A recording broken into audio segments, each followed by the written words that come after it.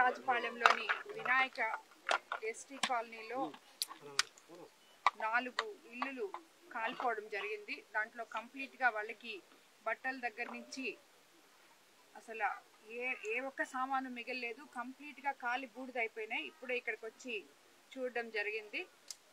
బాధిత కుటుంబాలని ఆదుకుంటామని చెప్పడం జరిగింది. ఆల్రెడీ వాళ్ళకి నిత్యావసర సరుకులు తలా 25,000 డబ్బులు ఇవ్వడం జరిగింది విపిఆర్ ఫౌండేషన్ తరఫున ఇవ్వడం జరిగింది.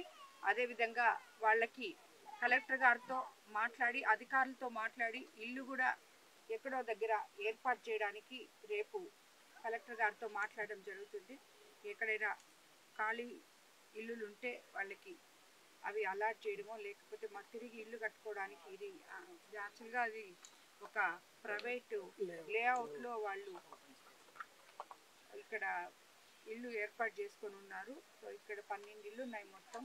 వీళ్ళకి ఎక్కడో దగ్గర నివాస స్థలం ఏర్పరిచేందుకు కలెక్టర్ గారితో అధికారులతో మాట్లాడి తప్పకుండా వాళ్ళకి న్యాయం చేస్తామని చెప్పి కూడా తెలియజేసుకుంటున్నాం. మేడం, కిట్కో ఇళ్ళ రూపంలో ఏమన్నా కానీ వీళ్ళకి ఏమన్నా సదుపాయం కల్పిస్తారా మేడం? మాట్లాడదాం. అంటే ఇప్పుడు ఇది జరిగింది అన్ఎక్స్పెక్టెడ్గా. సో వీళ్ళకి ఇల్లు కోసం అప్లై చేస్తున్నాం మనం.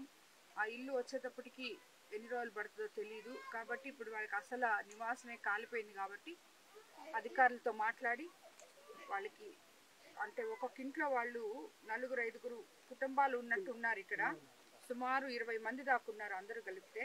సో వాళ్ళందరికీ ఏదో ఒకటి ఏర్పాటు చేయడానికి తప్పకుండా అధికారులతో మాట్లాడి నిర్ణయం తీసుకుంటారు. గతంలో కూడా ఐటీడీఏ అధికారులు జాయింట్ కలెక్టర్ వచ్చినప్పుడు కూడా ఈ సమస్య తీసుకొచ్చారు. ఇప్పుడు రెండోసారి ఇక్కడ జరగడం అదే దానివల్లనే మళ్ళీ ఇలాంటి సంఘటనలు పునరావృతం కాకుండా అధికారులతో మాట్లాడి సరైన నిర్ణయం ఈసారి తప్పకుండా తీసుకుంటాం.